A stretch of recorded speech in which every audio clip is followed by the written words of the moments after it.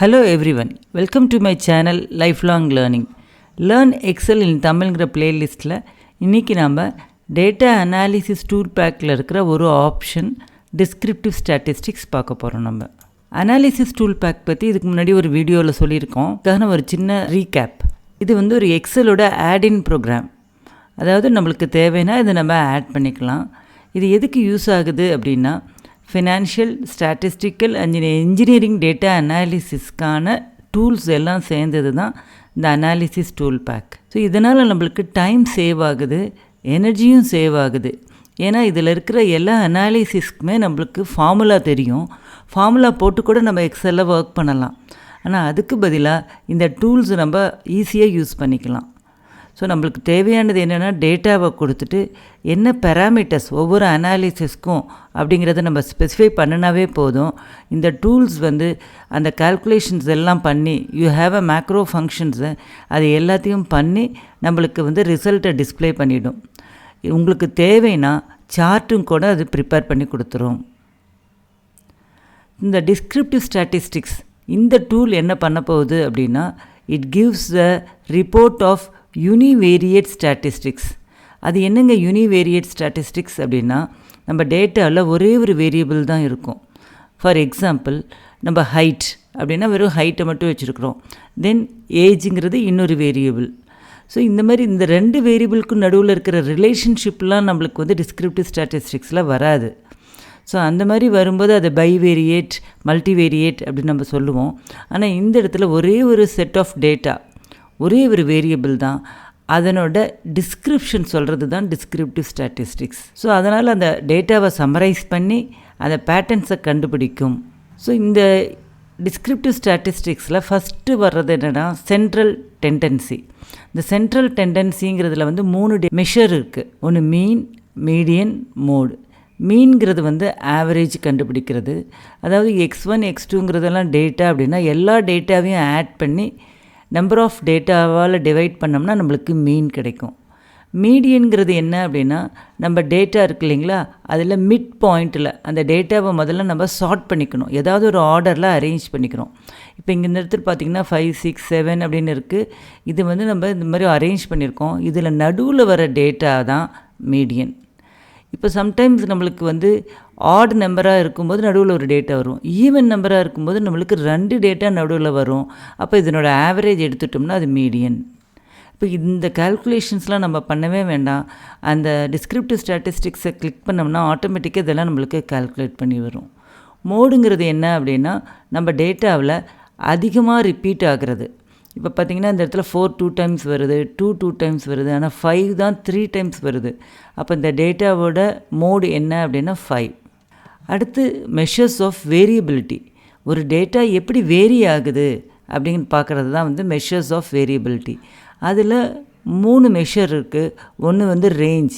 ரேஞ்சுங்கிறது என்ன அப்படின்னா அந்த டேட்டாவில் இருக்கிற maximum value minus minimum value தான் range. Then you have got variance and standard deviation.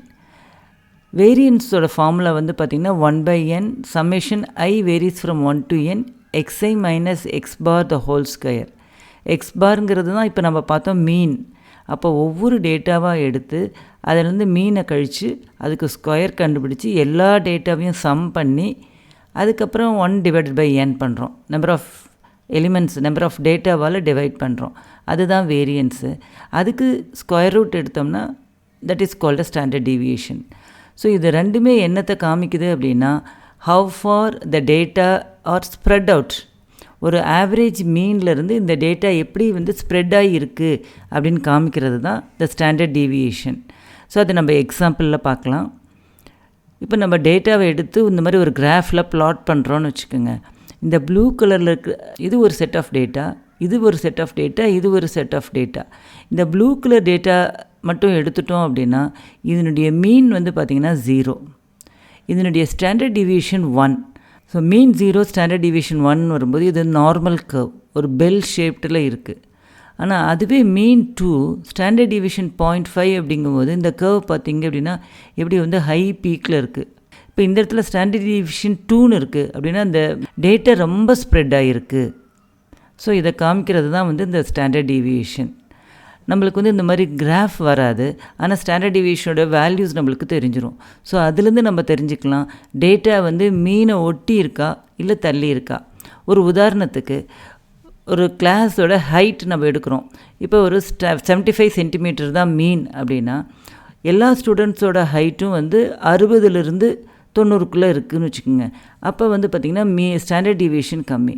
அடுத்து நம்ம இதுலேருந்து என்ன தெரிஞ்சுக்கலாம் அப்படின்னா இந்த மாதிரி ஒரு பெல் ஷேப்டு கர்வ் இருந்தது, நார்மல் கர்வ் இருந்தது அப்படின்னா இந்த ஸ்டாண்டர்ட் டிவியேஷன்லேருந்து நம்ம இன்னும் என்ன தெரிஞ்சுக்கலாம் அப்படின்னா இதுதான் மீன். இந்த இடத்துல வந்து x bar plus sigma that is standard deviation. அதே போல் இது வந்து x bar minus sigma. So இந்த பிங்க் கலரில் இருக்கிறீங்களா இந்த ஏரியாவுக்குள்ளே 68% ஆஃப் டேட்டா இதுக்குள்ளே இருக்குது. அதாவது ஸ்டூடெண்ட்ஸ் வந்து 100 ஸ்டூடெண்ட் இருக்காங்க அப்படின்னா 68 ஸ்டூடெண்ட்ஸோட ஹைட்டு இந்த ரேஞ்சுக்குள்ளே இருக்குது. ஸோ இதுவே 95% இந்த 13.5 இந்த 13.5 இது எல்லாத்தையும் சம் பண்ணி பார்த்தோம் அப்படின்னா it is around 95%. The 95% of data lies between the two standard deviation, x bar minus 2 standard deviation, x bar plus 2 standard deviation. இந்த ரேஞ்சுக்குள்ளே தான் 98% of data இருக்குது. அதே போல் அப்ராக்சிமேட்லி 99% எப்படி இருக்குன்னா within the 3 standard deviation of the mean. இந்த -3 sigma to +3 சிக்மாவுக்குள்ளே 99% முடிஞ்சிருது. So இந்த மாதிரி நம்ம டேட்டாவை டிஸ்கிரைப் பண்ணுறதுக்காக நம்ம ஸ்டாண்டர்ட் டிவியேஷனை யூஸ் பண்ணிக்கலாம். ஸ்கியூனஸ், இந்த ஸ்கியூனஸ் என்ன அப்படின்னா மெஷர் ஆஃப் அசிமெட்ரி. அதாவது இது வந்து ஒரு சிமெட்ரிக்கல் டிஸ்ட்ரிபியூஷன். இதில் பார்த்திங்கன்னா மீன், மீடியன், மோட் எல்லாமும் சேம். அப்படி இல்லாமல் இந்த இடத்துல பாசிட்டிவ் ஸ்கியூ இருக்கலாம், நெகட்டிவ் ஸ்கியூ இருக்கலாம். பாசிட்டிவ் ஸ்கியூ என்னன்னா என்ன அர்த்தம்னா இந்த ரைட் சைடு டெயில் இருக்குது இல்லைங்களா, இது it's figure than the left side tail. அப்போ அந்த மாதிரி இருக்கும்போது மோட், மீடியன், மீன் இது வந்து இந்த மாதிரி தான் இருக்கும். இதுவே நெகட்டிவ் ஸ்கியூவாக இருந்தது அப்படின்னா மீன், மீடியன், மோட், மீன் வந்து இந்த இடத்துல இருக்குது. ஸோ எப்படி வந்து டேட்டா சிமெட்ரிக்கலாக இருக்கா அசிமெட்ரிக்கலாக இருக்கா இது கால்குலேட் பண்ணுறதுக்கான ஃபார்முலா தான் வந்து 3 × mean minus median divided by standard deviation. இந்த கால்குலேஷன் நம்ம பண்ணுறதுக்கு பதிலாக எக்ஸலே நம்மளுக்கு கால்குலேட் பண்ணி ஸ்கியூனஸ் எவ்வளவுன்னு சொல்லிவிடும். ஸ்கியூனஸ் 0வாக இருந்ததுன்னா நம்மளுடைய டேட்டா இந்த மாதிரி அரேஞ்ச் ஆகிருக்கு. அது வந்து பாசிட்டிவாக இருந்ததுன்னா டேட்டா இந்த மாதிரி தான் இருக்குது. நெகட்டிவாக இருந்ததுன்னா இந்த மாதிரி டேட்டா இருக்குது அப்படிங்கிறத நம்ம தெரிஞ்சுக்கலாம். அடுத்து கர்டசிஸ். இந்த கர்டசிஸ் என்ன அப்படின்னா பீக்கட்னஸ் ஆர் ஃப்ளாட்டாக இருக்கா, இந்த கர்வ் வந்து எப்படி பீக்கில் இருக்கா அல்லது ஃப்ளாட்டாக இருக்கா அப்படின்னு பார்க்குறது தான் வந்து கர்டசிஸ். இது நார்மல் டிஸ்ட்ரிபியூஷன். இதில் கர்டசிஸ் வந்து 0. இதுவே இந்த இடத்துல கர்டசிஸ் கிரேட்டர் தேன் 0வாக இருந்ததுன்னா ஹை பீக்கில் இருக்கும், ஹை டிகிரி ஆஃப் பீக்கட்னஸ். இதே கர்டசிஸ் லெஸ் தேன் 0வாக இருந்ததுன்னா லோ டிகிரி ஆஃப் பீக்கட்னஸ். ஸோ இதுலேருந்து நம்ம என்ன தெரிஞ்சுக்கலாம் அப்படின்னா நம்மளுக்கு அவுட்லேயர்ஸ் இருக்கா இல்லையா. அது என்னது அவுட்லேயர்ஸ் அப்படின்னா நம்மளுடைய டேட்டாவில் சம்டைம்ஸ் எரர்னால் வித்தியாசமான டேட்டா வந்திருக்கும். இப்போ ஸ்டூடெண்ட்ஸ் வந்து ஒரு கிளாஸில் ஆவரேஜாக ஒரு 60 to 80 மார்க் வாங்கியிருக்காங்க அப்படின்னா யாரோ ஒருத்தர் 2-3 மார்க் வாங்கியிருக்காங்க. இப்போ 2-3 மார்க் வாங்கியிருக்கும்போது உண்மையாலுமே 2-3 மார்க் தான் வாங்கியிருக்காங்களா இல்லை அதில் ஏதாவது எரர் இன் என்ட்ரியா அப்படின்னு பார்க்கலாம். அப்படின்னா இந்த மாதிரி கர்டசிஸ் தான் யூஸ் ஆகும். அதாவது 1-2 டேட்டா இல்லை, நிறைய அவுட்லேயர்ஸ் இருக்கா இல்லையா அப்படின்னு பார்க்குறதுக்காக தான் இந்த கர்டசிஸ் நம்ம யூஸ் பண்ணுறோம். நம்ம இந்த லெப்டோகர்டிக் அப்படின்னா high peakedness, kurtosis is greater than 0. So இந்த இடத்துல அவுட்லேயர் இருக்குது அப்படின்னு அர்த்தம் நம்மளுக்கு. இதுவே வந்து கர்டசிஸ் லெஸ் தேன் 0வாக இருந்தது அப்படின்னா அவுட்லேயர் கம்மியாக தான் இருக்குது. இந்த டைல்ஸ்லாம் வந்து லைட்டாக இருக்குது, இந்த இடத்துல வந்து ஹெவியாக இருக்குது. அதாவது it is to find out whether the data is light tailed, அதாவது lack of outlier, or heavy tailed, அதாவது அவுட்லேயர்ஸ் ப்ரெசன்ட். ஸோ இதை கண்டுபிடிக்கிறதுக்காக தான் நம்ம கர்டசிஸ் யூஸ் பண்ணலாம். நம்பர் ஆஃப் டேட்டா எவ்வளவு, இந்த சம் ஆஃப் த டேட்டா, அதில் மேக்ஸிமம் என்ன மினிமம் என்ன, இந்த எல்லா மெஷர்ஸுமே வந்து டிஸ்கிரிப்டிவ் ஸ்டாட்டிஸ்டிக்ஸ்குள்ளே இருக்குது. அது இல்லாமல் you have something called confidence level. இந்த கான்ஃபிடென்ஸ் லெவலுக்கு there is a function confidence of alpha comma standard deviation comma size. ஆல்ஃபாங்கிறது என்ன அப்படின்னா so what is the confidence level you want.